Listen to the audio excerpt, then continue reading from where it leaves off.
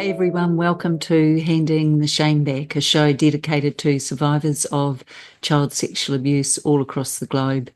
There are many of us out there, and it's my absolute pleasure to bring you this show.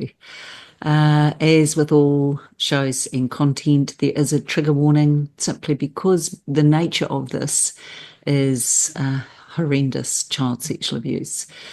If you find yourself triggered, please do stop watching. Go to the show notes below and you'll be guided to some resource and support. And as always, I bring a guest to you today, and this man is wonderful. He's from Swansea in Wales. His name is Glenn Miles.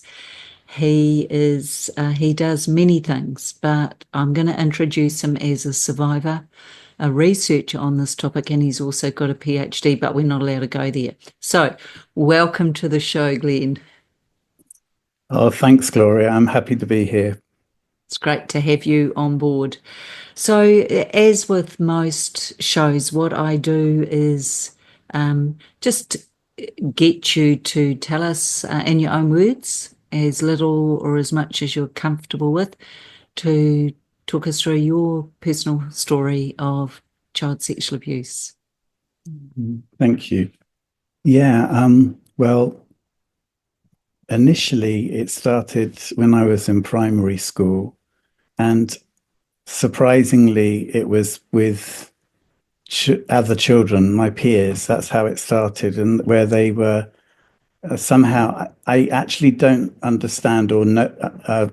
I can't remember what exactly led to this, but I remember them getting me into the cloakroom and then surrounding me, and then pulling down my shorts and pointing at my penis and laughing. So that was quite humiliating.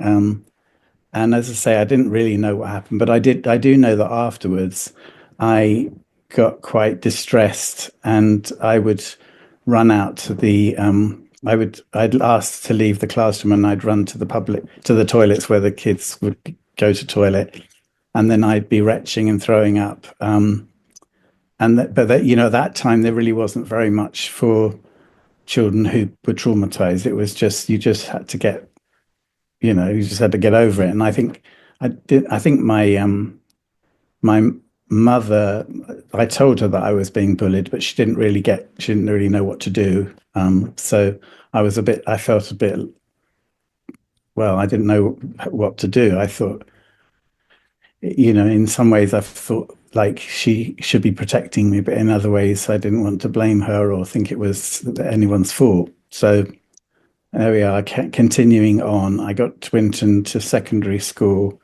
The bullying continued. It was usually more violent bullying, and just being kicked into a corner and then kicked and bruised.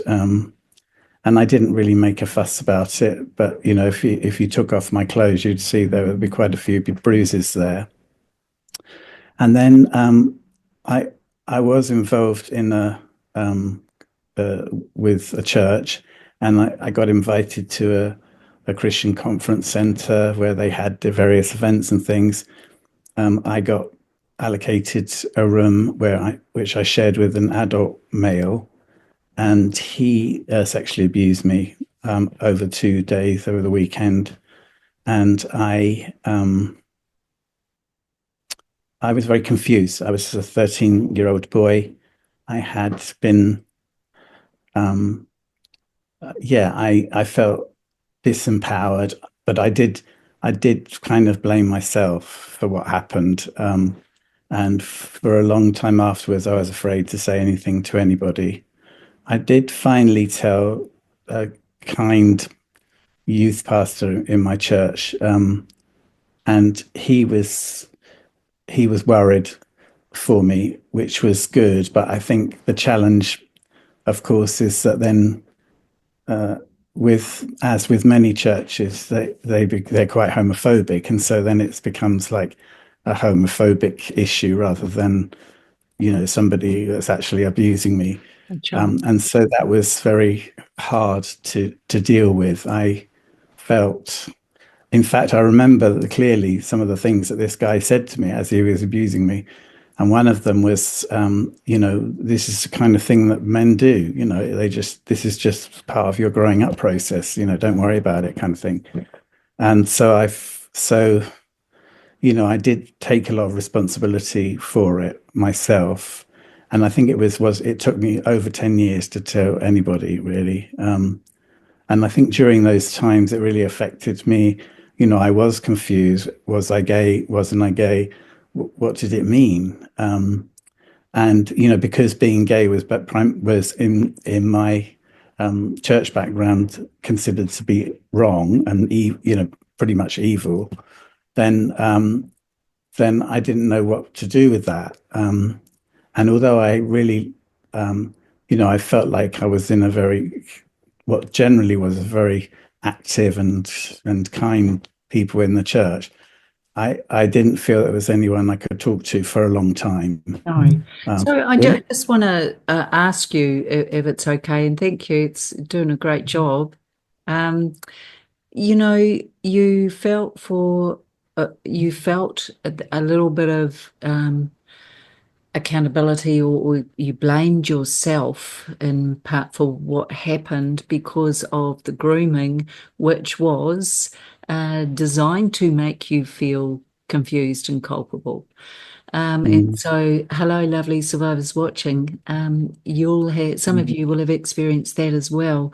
And it's a mm. particularly nasty type of grooming because the confusion exists because as a child or adolescent, we don't have the ability to recognize or rationalize what's going on.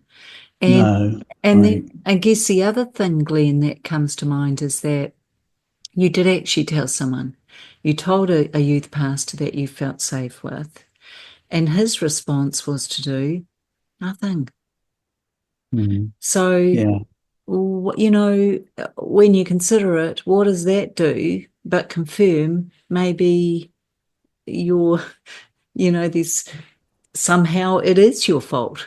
So, yeah, I just wondered about mm, what you see that as being in terms of a link to why, as children, we would never tell. no. Mm, Yeah, I mean, I was grateful that he did take it seriously, but then it kind of felt like, okay, I feel like it's been turned around now, and I'm not really sure where to go with it. uh, when you're brought up in a church that has this conservative views, it is confusing because partly the church can feel like a family, and yet part of it is um, that you're somehow a black sheep, and I think I struggled really hard to prove myself, beyond and above and beyond what was really appropriate. I am still a Christian, and I think that relationship is really important to me, my relationship with God. And also, I'm now involved in a church that's completely different, and they're inclusive and accepting of LGBT. So that's really changed it for me. And I also I was maybe it's a bit early to talk about this now, but I recently I wrote my autobiography, and I found that was actually more helpful than I expected, because I went back to those early memories of what happened to me, and I realized that my gut feelings about them was that, yeah, I deserved it. I'd allowed it. It was my fault primarily, and so listening to the little Glenn inside me, yeah. I was able to say, actually, that was not right. You don't have to feel that way. It wasn't you, and it wasn't your fault, and that was kind of quite reassuring, really, to get to have that. And I, um, yeah. So, but these things, they have an impact on much wider than just your sexuality. It was like I just got so depressed, and I think, and I knew how to make a smiley face and to be the person who's caring about everyone else. But what about who's going to care for me? And I think that's quite common with men who are abused. You become the people pleaser, but you don't.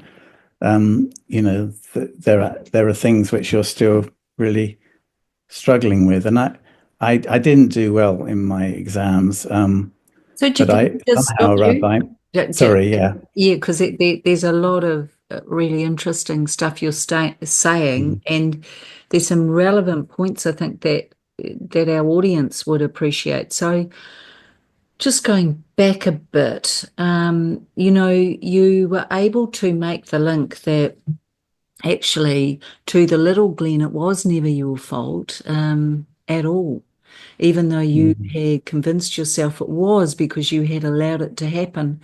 And I guess it brings to mind for all our amazing audience survivors watching that um, because we allow it to happen, that's actually self-preservation as well. Because if you, as a child or young person, try and stand up against what's perceived as authority, especially in the area you're talking about, mm, then that's just not acceptable. And really, there was no choice. You were the child. He was mm, adult.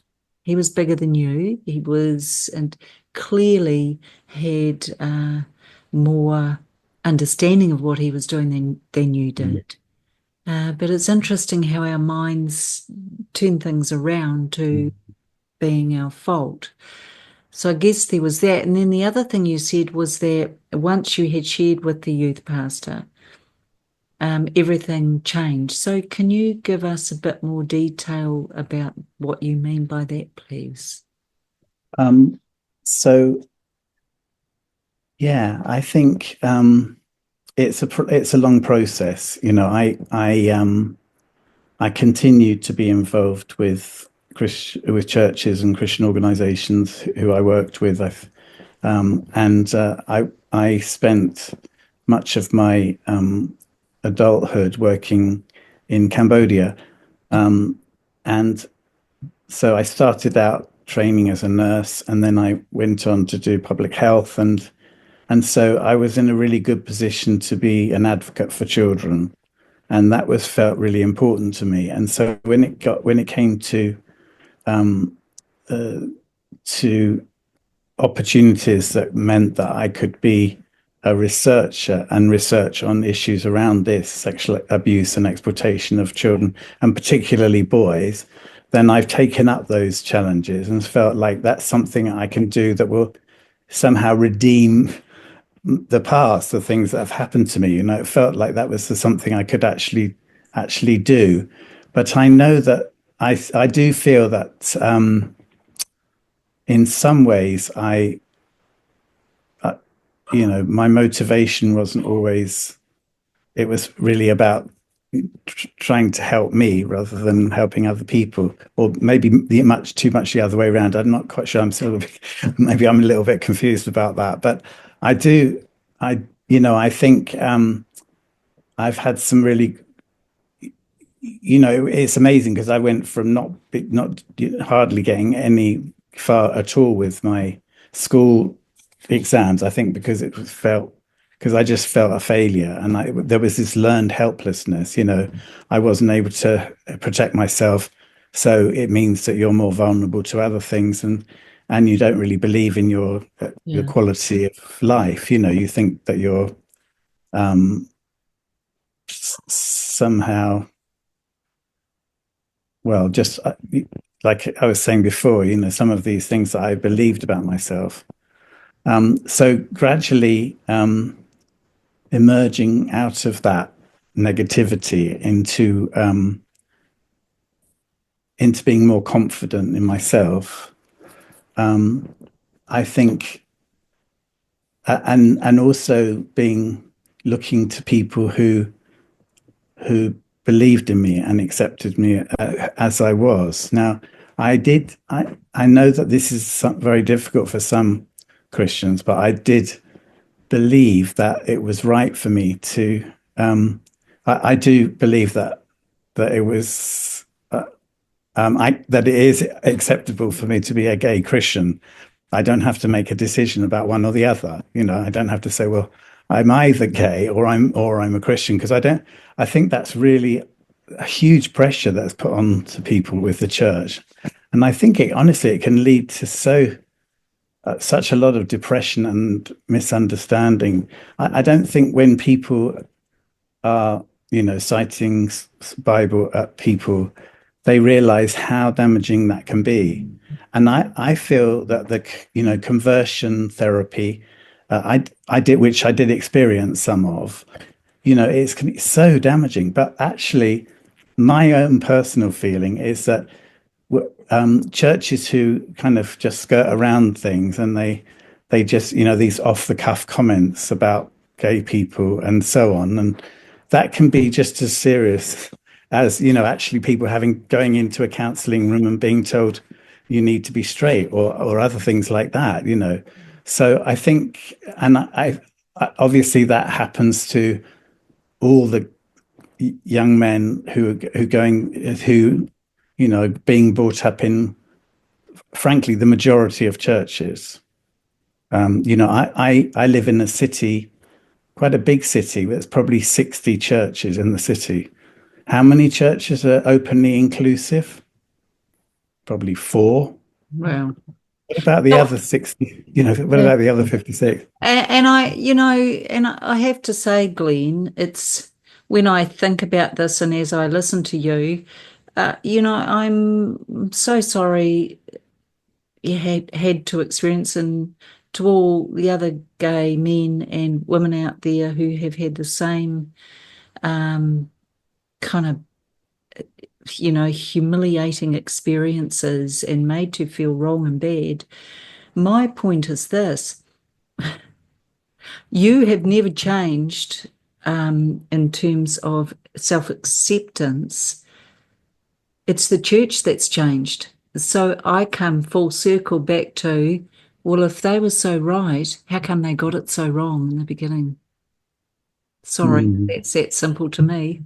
Yeah, no, it's Are they really just moving with the times? So it's I think, really anyone, and there's a saying out there, anyone that makes you feel bad about yourself is usually because they're not feeling good about who they are. So as an entity, potentially that is the case for some of these organized religions. And who are mm, people to judge, frankly? mm. However, you've managed to do a lot of good with what you experienced. And, I'm just wondering, were you ever able to tell your family or adult members of your family what happened? Yeah, so that's a really good question. Um, I I've got so I did get married in a time when I thought that was to a woman, and at a time when I thought that was really the only choice I had. And I have to admit that I loved my wife very much, and that we had a very good relationship. And I feel like she's my soulmate, and we were happily married for 23 years. Sadly, she died unexpectedly when she got sepsis, and so that was a terrible shock for me and the family, and another, quite a trauma to go through for all of us. And and I was faithful to her, and I loved her dearly, and it was an issue in our marriage, but it wasn't a fatal issue. It was something that we managed to handle. But I know for a lot of people who have experienced sexual abuse and exploitation, it's really hard, to have to deal with this stuff and be with somebody, and then so after she died, obviously it was several years before I considered what I was going to do. But I was very good friends with a woman who said to me, "Are you, do you think that there's something in our relationship?" And I realized at that point that I couldn't just keep on doing this again. I didn't want to do the same thing with her as I did with my wife. It wasn't that I lied to my wife. I was honest right from the beginning, but we did, we were told that we just needed to pray the gay away and everything would be fine, and it's just not like that. That's not the reality. So I did I did talk about with I did realize that this is my opportunity. I can either hide this, continue to hide this and to live a lie, or I can come out. And having worked with a lot of Christian organizations, I knew that if I came out, it could be a risk. And also some of my personal close friends. It's interesting what you said before about, actually I haven't changed.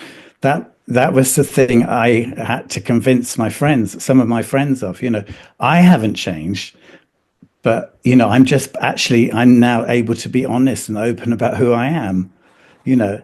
And I think so I really use that opportunity. And so the book that I wrote, covers both my transition from dealing with sexual abuse and then also the transition to becoming a gay man. And I'm still not there. I'm still on that journey. And I would love to have a husband who I could love and be loved by. But I'm not there yet. So, No. and so, I'm still in that healing journey. But I can still believe that this is possible rather than and have hope for it. Because I do honestly, I see so many gay men who may themselves have experienced sexual abuse, but they certainly experience a lot of abuse from the church, and they don't want to, they don't want to set foot in the church ever again. And And it's so, such a shame, isn't it? Because oh, it's desperately sad because, these can be wonderful communities of people who, very loving and caring. And I think because I'm now in an inclusive church, and it doesn't mean we're all pink, all wearing pink and flying rainbow, flags. It just means that we're an accepting church. We're accepting of people with disabilities. We're accepting with people, with memory challenges. We're open and accepting of all types of people, and that's how it should be. I know that that's what Jesus would have wanted for us as a church. But I think too often churches feel that if they go that way, then they're going to lose people in the church. Well, I feel that if they go that way, they could actually open the door to people who really need to be in the church. I remember one time having my hair cut, and something came up, and I mentioned about my church, and they said, "Oh, that's the church that's really open to people that are gay, aren't they?" And I thought, "Wow, how wonderful is that?" This is somebody who, as far as she was concerned, that was a really important factor of why, that of a church that's open and accepting and loving. And so, but I just think about all the other people who are looking at churches and saying the opposite, well, if they're going to be homophobic, I don't want anything to do with them, because I think that's the reality, for a lot of yeah. people. And underneath it all is the premise too that I believe if you have to be just like me, if you have to be the same, whether it's through religion, sexual identity, geographically, etc., then I'm very insecure because I can't have anything or anyone around me that's different because that might highlight, I don't know, something in me. So look, Mhm. we won't get stuck on that, but No, that's we fine. will move on. No, just because you and I could talk for a while about this. Yeah, I But I understand. guess for our survivors, one question I like to ask guests on the show, Glenn, is, what has helped you in your healing? What has helped you in your recovery from Yeah. uh, Well, I would say one thing is just that really working hard at relationships, at friendships. I've got some really lovely friends, heterosexual and homosexual, and and I know that they've got my back and that they care about me. Now, I think that often when we've experienced abuse, we don't we're a bit afraid of we're a bit afraid of friendships in a way, because we don't want to get let down again. We No. don't want something bad to happen to us. Yeah. And I think that we need to know, we need to remind ourselves that um, that we deserve to be loved by other people, and we need to believe that people aren't thinking all this negative stuff about us, which is what sometimes goes around in our head. And so it means making the extra effort because it's a hurdle to get over, isn't it? To try and move to build relationships with some people, because we're making assumptions all the time in our head. Oh, they don't really like it. They only like me because they feel sorry for me or something like that. And I think that I really feel that having friends is essential for healing and growth. Yeah. We can, of course, counseling and all that's fine, but I think friendships that where you feel accepted and loved is absolutely vital. And I love that we can, we can do that. Yeah. It's possible for us to keep pushing doors and open and until people, respond to us, even though that might be harder for us than other people. Yeah, and I think too what you're saying is really relevant, and survivors, you'll pick up on this too. Because of the trauma that you suffered, Glenn, 13 years old, you're sharing a room with a 30-year-old male who takes the opportunity or perhaps manipulated it to be that way, that you would be in the same room with him and sexually Mm. abuses you. At that very formative time in your life, as that occurs, how on earth can then feeling confident or that you're safe to trust, which is the foundation of any good friendship, Mm. how can feeling trust or confidence in Mm. yourself be a feature? Because Yeah, you're right. as You're right. supposed know, how can we? Why would we trust anyone? We might say the words. Mm. For most of us, we have a quite a hypervigilance and awareness Yes. around people, and Yes. are they meaning what they say? Are they walking what they're talking? And Yes, so I exactly. think for us as survivors, we've developed a capability, a bit more of a filter, I think, around, yes, Yes. are you someone that is genuinely interested in? Yes. Yes. I What do think you think of that's a that? really good point. Yeah, very good. But we have to be careful that it doesn't go too far into oversensitivity. And if it does, not to, to be kind to ourselves, Yes. but also not to write people off before we've really got to know them. I think that's partly I how think I you're feel. right. I think we carry our baggage, and sometimes Mm. it's not revealed to us No. until we end up in a situation where we keep hearing this as a not a criticism, but as an observation from people that love us. Like, why do you always take Yes. it personally? Or, you know, hmm, Yeah, no, that's helpful. Yeah, it's true. yeah.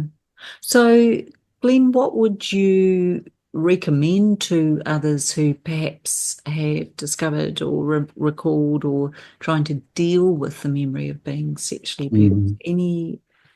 Any Well, recommendation yeah. you might give?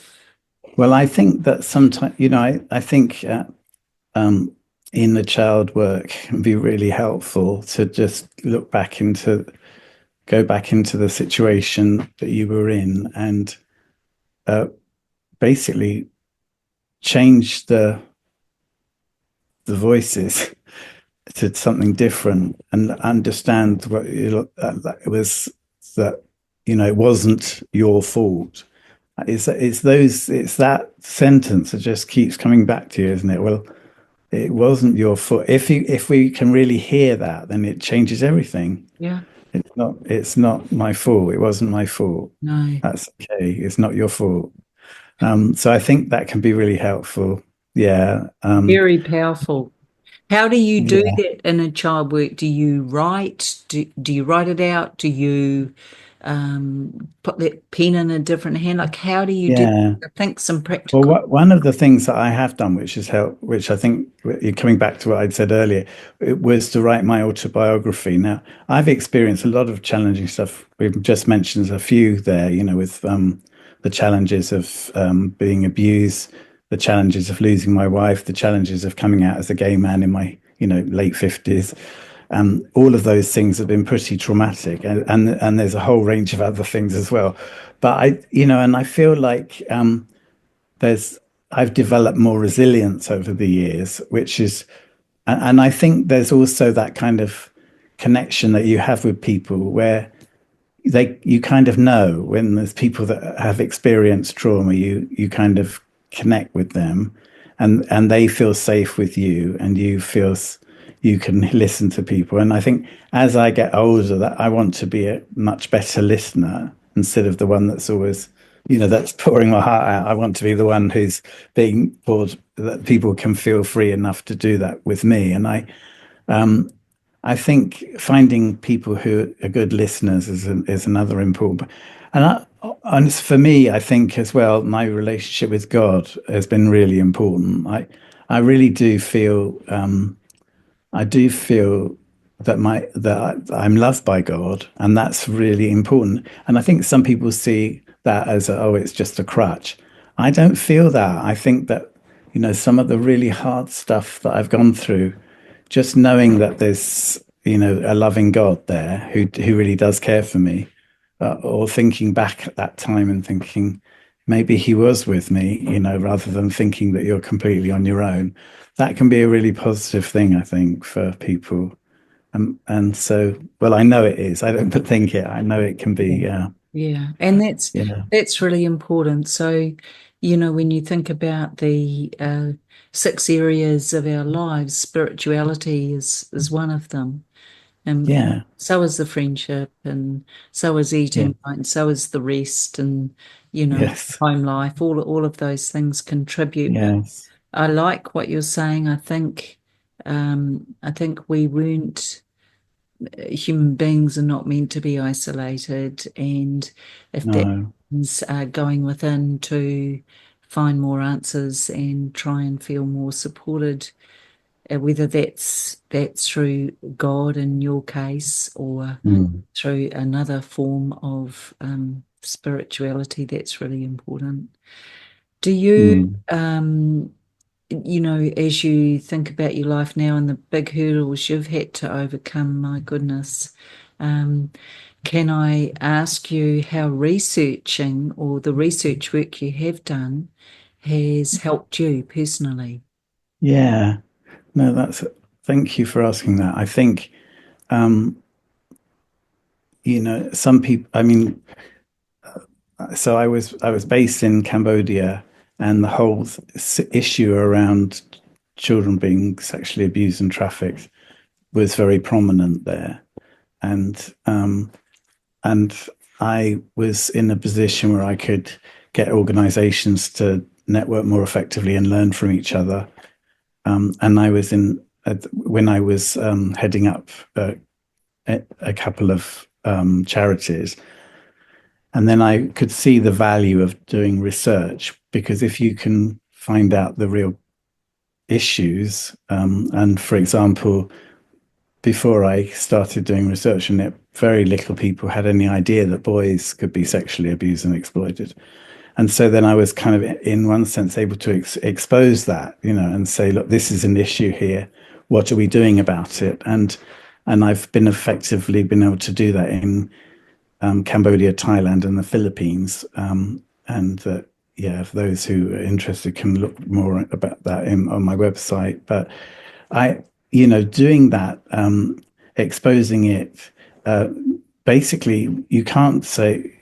I know that there are certain individuals in the world at the moment that are trying to say that science isn't valued, but I think, people, it provides evidence that you can't refute. If you've got evidence to show that this is a problem, then people have to listen and do something about it. So, and we've worked with some great organizations who are trying to do things in Cambodia and Thailand in particular, and they recognize that boys can be very vulnerable, and that's really, I'm really happy to see that starting to happen.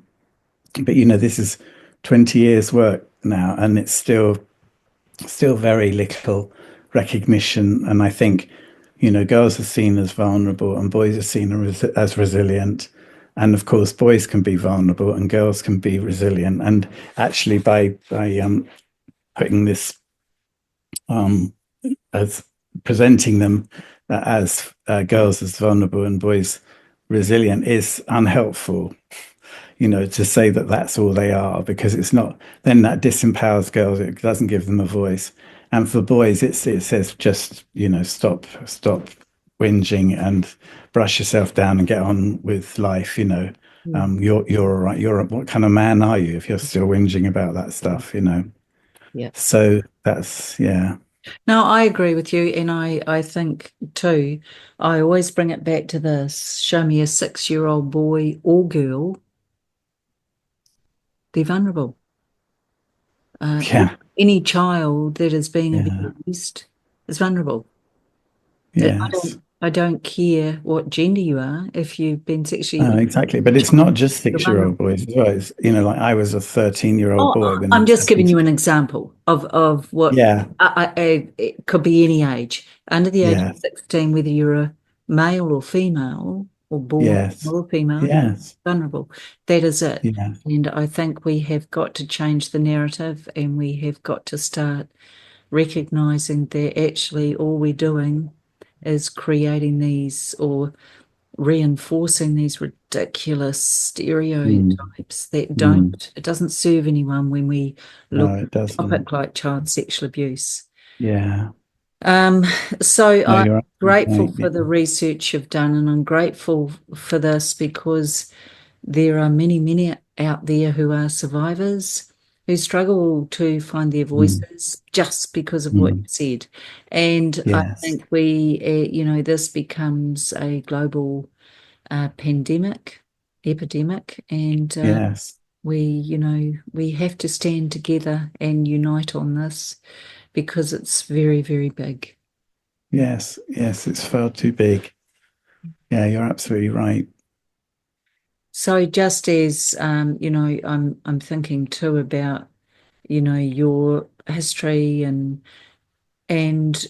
question, did your parents once we I don't think we ever did get to the bottom of that. If you're comfortable, were you ever able to share with your parents what happened Yeah. to you as a I 13-year-old?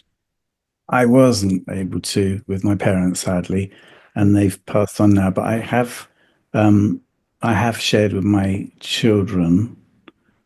So I've got three grown-up daughters now, and I think I've had to. They've said to me, "Dad, you've got to let us process this in our own time." So they have the book now, but they said to me, "We're not quite ready to look at this yet." And that's fine, isn't it? I don't know, nobody's pushing them to do that. But the fact that they accept me, knowing that this is something, that I have got this in my history, and that I have come out as a gay man. I mean, I don't. What else can I ask for? I think it's wonderful that they've chosen to do that. And they have. So I'm very grateful for that. And they're actually quite protective, if anyone says anything against me. So that's yeah, bringing up strong, independent women has its advantages. No, that's very sweet. That's so lovely. I'm so glad that you have that experience. Yeah. There's been enough trauma and loss, isn't there? Yes, Yeah. for sure. Mm. Yeah. So, we're looking at closing out in the next 3, 4 minutes. What else would you like to share with us, Glenn? Um, yeah, I think really want to encourage people that are involved in churches and Christian organizations, and not just Christian as well, but other religious organizations, and really look at your safeguarding procedures, and what is it what do you have to protect children from being abused? You know, time and time again we hear stories of um, children being abused in Christian institutions of one form or another. It just doesn't seem to be getting less, and it's time that we stopped, that we took responsibility and we actually do something. I think often people feel in churches, we know that everyone's fine here, and actually it's of course it's the people that you least expect are the ones that are often the abusers. So I really want to encourage you, if you're involved in churches, find out what the child safeguarding policy is, and then if it's not good, then be willing to advocate for a better safeguarding. Yeah. I think that's really important. I, And also, I think if you're involved in a church leadership, then be brave enough to say, this is it's time for us to stop being so uncompassionate towards people, basically that are gay and in the LGBT community. It's time for us to accept people and show God's love towards people, and stop judging. Who are we to judge? We've all got our issues and things, haven't we? Nobody's perfect, but judging doesn't help anybody. So I think, yeah, I think that part of my book has been a challenge to the church, and to say it's time for us to do the right thing and to have a much more compassionate perspective. Well, compassion on one side, but also, really strong on the other, and saying this is, one of the Bible verses that's really relevant to this is, Jesus said it would be better for someone to have a millstone around their neck and thrown in the sea than for them to harm a little child. So he understood the value and love of children, and that's as serious as you can get it, pretty much, isn't it? So we need to take that warning seriously. yeah. Yeah. No, I love that. And look, Glenn, please stay right there. Audience, how amazing is Glenn? I mean, look at what he shared with us today and the research he's done and the advocacy he has, and many pearls of wisdom. But couple I really liked was he talked about the value of friendship and how important good friendships are. And I think as survivors we sometimes protect ourselves, but just opening that door a little more may reveal some very deep, true friendships there. The other thing he's just alluded to is, if you're in a church and you're not happy or not really convinced that the safeguarding policy in place for children is robust enough, please speak up. I mean, how often do we talk about children can't protect themselves?